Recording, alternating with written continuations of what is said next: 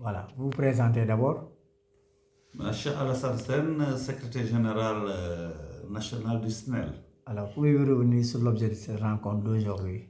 Oui, nous nous sommes réunis aujourd'hui au siège de notre organisation avec nos plénipotentiaires pour faire une évaluation des élections au CAP-CD, c'est-à-dire les commissions administratives paritaires et conseils de discipline. D'accord. Alors qu'est-ce qu'on peut retenir de ces élections? Quelle évaluation faites-vous? Oui, nous sommes en train de faire une évaluation parce que ces élections constituent pour nous un prétexte. Et donc, nous avions participé seuls à ces élections sans coalition. Et nous nous sommes présentés dans le corps des instituteurs et dans le corps des instituteurs adjoints. Sur l'ensemble des grades, donc notre organisation a gagné le grade de principale classe exceptionnelle. Et ce qui nous a permis de qualifier pour les prochaines commissions d'avancement. Donc pour le corps des instituteurs et des instituteurs adjoints que nous sommes présentés, il y a le CELS qui est parti en coalition, qui vient en tête, suivi de l'UDEM, et les SNEL. Donc voilà les trois organisations syndicales au niveau de l'élémentaire qui vont siéger dans ces commissions d'avancement, qui doivent statuer sur les avancements des enseignants de grade à grade et en conseil de discipline. Alors, l'occasion aussi se présente pour que vous nous fassiez un peu la situation de l'école sénégalaise. Qu'en est-il? Oui, avant d'arriver à cette situation, comme vous le savez Théo, donc ces élections c'est une nouveauté dans l'histoire syndicale de notre pays. Il s'agit du vote électronique. Et je peux dire que le ministère de la fonction publique a gagné le pari de l'organisation et chapeau au directeur général de la fonction publique et à ses collaborateurs. Mais en réalité, comme vous le savez, il y a des manquements parce que le vote était électronique. Donc tout d'abord, il faut procéder donc, à une identification de l'électeur. Et il y a une deuxième phase, après avoir été identifié, tu reçois un mot de passe. Et c'est le mot de passe qui te permet de rentrer le portail afin de voter pour le syndicat de ton choix.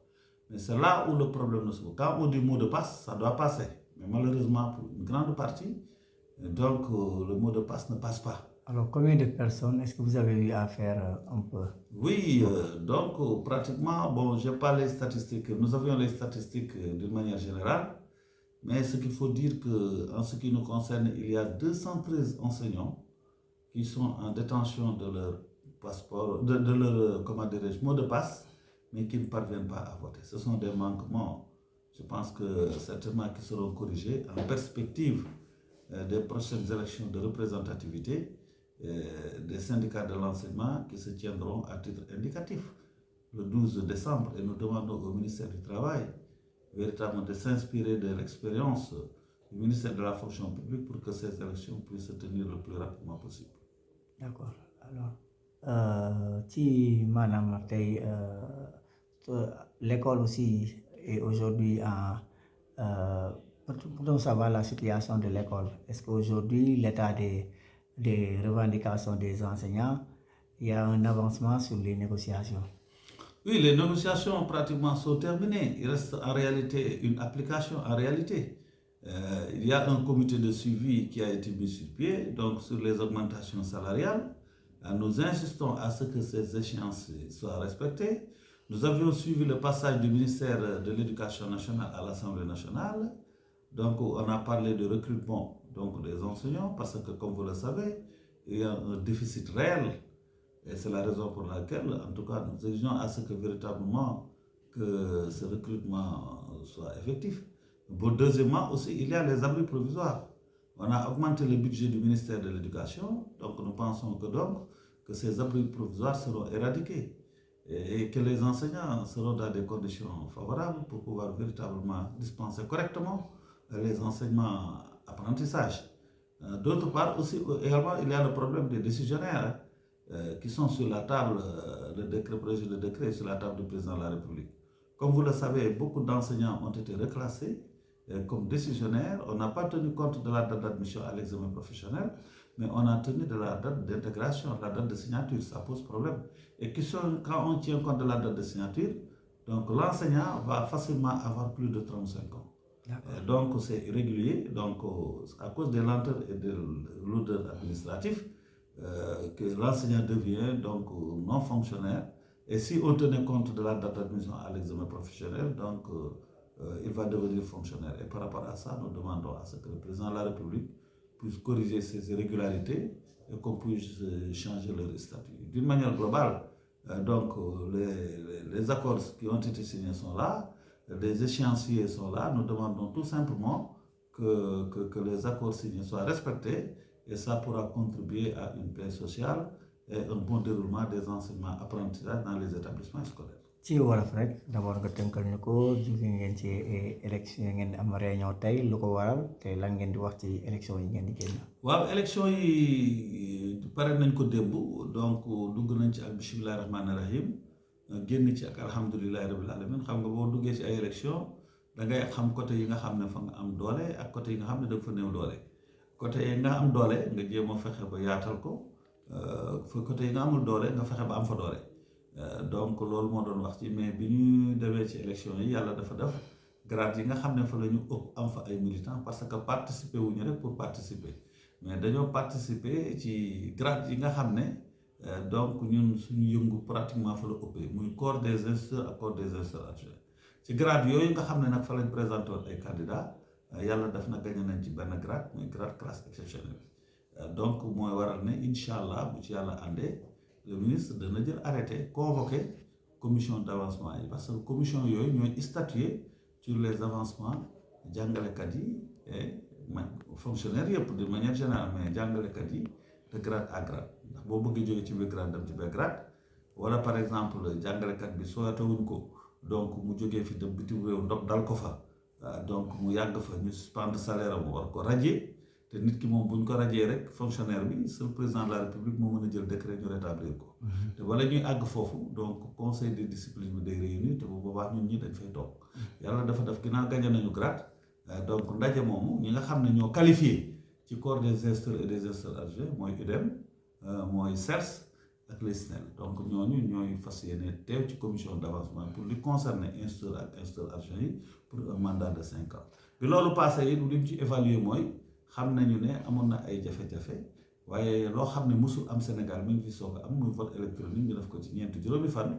donc vraiment kooku nañ féliciter le ministère de la fonction publique et le directeur général de la fonction publique ak ay collaborateurs am donc parce que lu bees la donc dana am ay manquements mais dañu ko mën a parfaire pour que ëllëg donc vraiment ñu mën ko def ci defin moo xam ne du am benn contestation xam nañ ne def nañ ko ci transparence def nañ ko ci leer na mais difficulté majeure bi mooy pratiquement xam nga vote bi électronique la bala ngay voté dañ lay identifier foofu moom premier passage la boo xam ne amul benn problème mais bu ñu la identifier ba pare dafa am mot de passe booy jot mot de passe boobu nag boo ko dugalee pour voter ñu ci bari donc duñ mën a dugg ñu envoyé le deuxième mot de passe nga dugal du dugg ñu envoyé le troisième mot de passe nga dugal du dugg am na ñoo xam ne mot de passe bi ñu leen di ñu ko wax dañuy dugal rek donc portail bi ubbeeku ñu mën a voter donc loolu mooy difficulté bi fi mu ne ñun bi ñuy defee léegi suñu recensement léegi dañuy fekk ñu nekk réunion d'évaluation 213 enseignants yoo xam ne ñu bokk ci suñu syndicat bi ak ñoo xam ne ay sympathisants lañ jox ñu seen matricule jox ñu seen mot de passe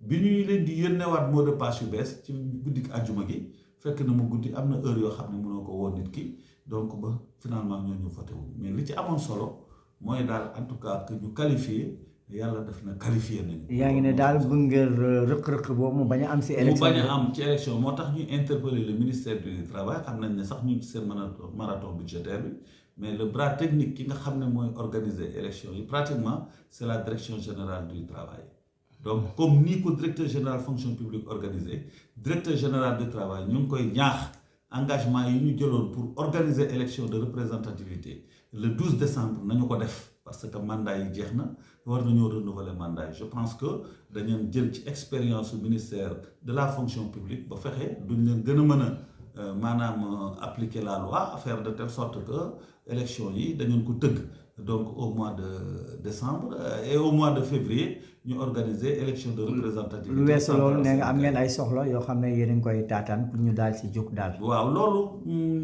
gouvernement bi xam nga am na ci ay accords yoo xam ne signé woon nañ ko entre le gouvernement et les syndicats d'enseignants ce qui en concerne accord yi muy financier yi muy augmentation salaire yi def nañ ko am na yeneen augmentation yu ci war a topp mu am ay yoo xam ne war na jël effet loolu na ci gouvernement bi góorgóorlu gis nañu passage du ministère de l'éducation nationale mais passage boobu xam nañu yokk nañu budget ministère bi ñëpp xam nañu ne aussi jàngalekat yi dafa manqué moo tax ñuy demander le plus rapidement possible ñu organiser le concours pour mën a recruter ay jàngalekat pour xale yi donc ma ne la comment dirais-je am ñu leen jàngal parce que toog ci suñu constitution la bokk l'éducation dafa ne war nekk loo xam ne dafa war nekk éducation gratuite publique ñu mën a permettre ñëpp mën a la ñu mën a dugg école bi loolu passé aussi xam nga ne il y a le problème des abris provisoires bari na trop ay sàkket te xam nga abri provisoire seen durée de vie dafa yàggul ndax fi mu ne nii bu commencé nawet rek moyen bu ñu ci duggee rek ba lu ñuy dugg juin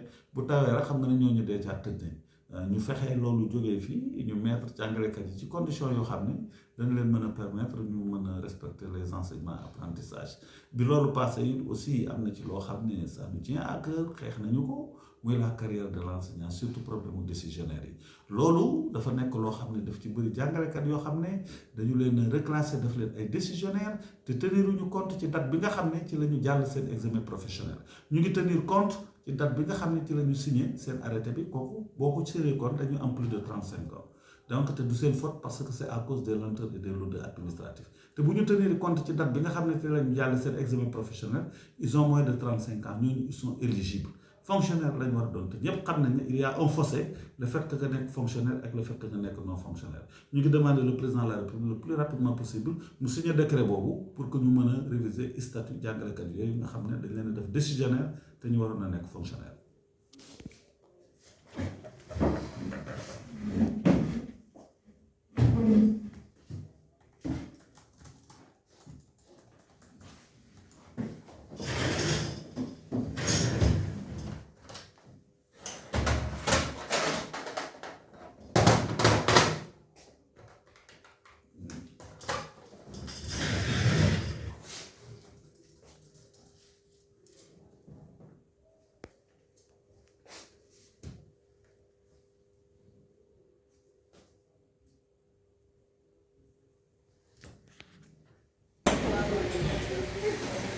doole ma wàññi li kii bi lumière boobu. lumière bi éteindre la lampe. ñu ngi sa gannaaw. bi projecteur bi.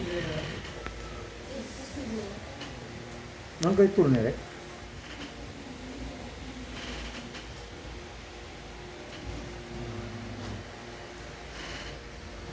soxna si xool leen ci yooyu.